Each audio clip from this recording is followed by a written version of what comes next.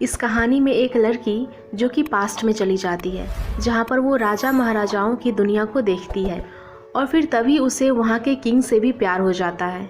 पर आखिर में वो लड़की काफ़ी दुखी होती है क्योंकि उसे उसके घर यानी कि फ्यूचर में फिर से लौटना होगा।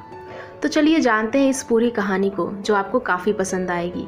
तो मूवी की शुरुआत में हम डेनवी नाम की एक लड़की को देखते हैं जो कि एक हाई स्कूल की स्टूडेंट होती है। दरअसल डेनवी पढ़ाई में बिल्कुल भी अच्छी नहीं है, उसका पढ़ाई में बिल्कुल भी मन नहीं लगता, जिस वजह से उसे अपने घर वालों से और टीचर से भर भर के ताने सुनने पड़ते हैं। और फिर जब क्लास में उसकी टीचर उसे जब मैथ का इक्वेशन सॉल्व करने के लिए बुलाते हैं तो वो उसे भी सॉल्व नहीं कर पाती, जबकि उसके मैथ के एग्ज़ाम में बस 2 दिन ही रह गए थे। अब घर आने के बाद डेनवी पढ़ाई करने के बजाय ड्रामा देखने लगती है, जिस पर उसकी माँ उसे खूब डांटती है कि वो स्कूल में फेल हो जाएगी। लेकिन उस पर इस बात का कोई भी असर नहीं होता और वो वहाँ से उठकर अपने एक फ्रेंड से मिलने चली जाती है। उसकी फ्रेंड उसे काफ़ी समझाती है कि अगर वो एग्ज़ाम में फेल हो गई तो उसे कॉलेज में जाने के लिए स्कॉलरशिप नहीं मिलेगी और उसकी पूरी ज़िंदगी बर्बाद हो जाएगी, जिस पर डेनवी को उस पर काफ़ी गुस्सा आता है कि कैसे एक पेपर किसी की ज़िंदगी का फैसला कर सकता है।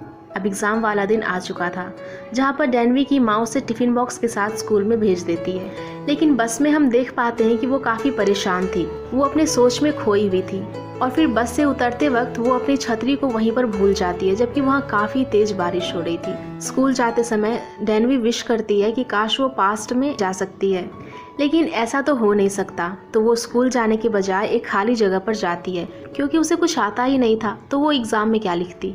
अब उसे वहाँ पर एक गड्ढा दिखाई देता है जहाँ बारिश की वजह से पानी जमा हुआ पड़ा था।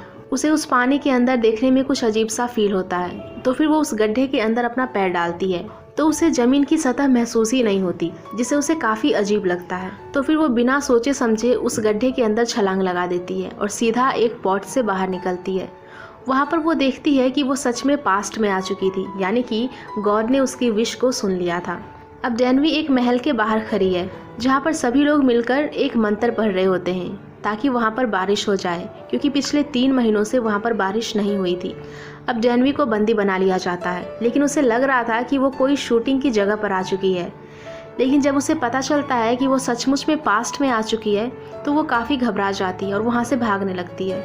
लेकिन उसका भागना भी फ़ायदेमंद नहीं था, क्योंकि वो एक सिपाही के हाथों पकड़ी जाती है जो उसे वहाँ के किंग के सामने लेकर जाता है। अब जादू मंत्र करने के बाद भी वहाँ पर बारिश नहीं होती, तो किंग कहते हैं कि हमें कोई साइंस का रास्ता अपनाना चाहिए, जिस पर डेनवी कहती है कि मैं साइंस में काफ़ी माहिर हूँ। लेकिन किंग को उसके ऊपर भरोसा नहीं होता, तो वो उसे एक मैथ के इक्वेशन सॉल्व करने के लिए देता है, जिसे वहाँ पर कोई भी सॉल्व नहीं कर पाया था। लेकिन डेनवी उस इक्वेशन को ईजिली सॉल्व कर देती है, क्योंकि उसके स्कूल में हर छोटे बच्चे को ये फॉर्मूला दिया जाता था।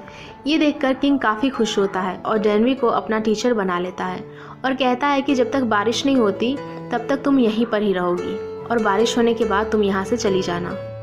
अब डेनवी को एक रूम के साथ सिपाही दे दिया जाता है और फिर अगले दिन टीचर वाले कपड़े पहनकर वो किंग को पढ़ाने के लिए लग जाती है।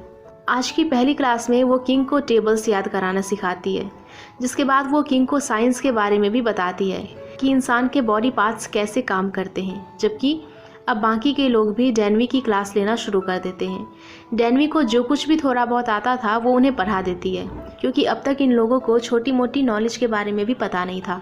अब डेनवी किंग को लव के बारे में भी बताती है कि जब आपको किसी से प्यार होगा तो आपका दिल ज़ोरों ज़ोरों से धड़केगा।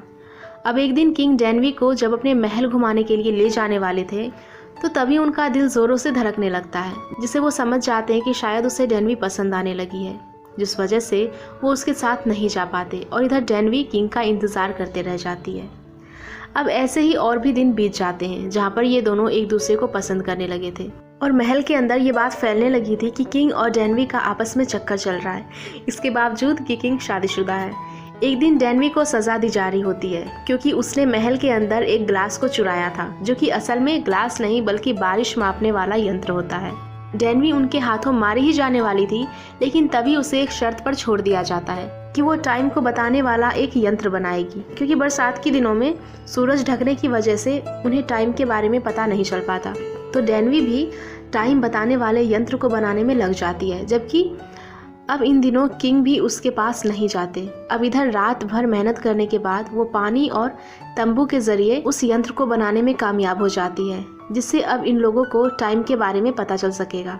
और फिर अगले दिन वहाँ पर बारिश भी शुरू हो जाती है, यानी कि अब डेनवी को वापस लौटना पड़ेगा। वो अपने हाई स्कूल यूनिफॉर्म पहनकर वहाँ से निकलने लगती है कि तभी किंग उसके पास पहुँचता है, जो उसे अपना दिल धड़कने वाली बात को बताता है और कहता है कि शायद मैं तुम्हें पसंद करने लगा हूँ। लेकिन डेनवी उसे इस बात का कोई जवाब नहीं देती और वहाँ से जाने लगती है।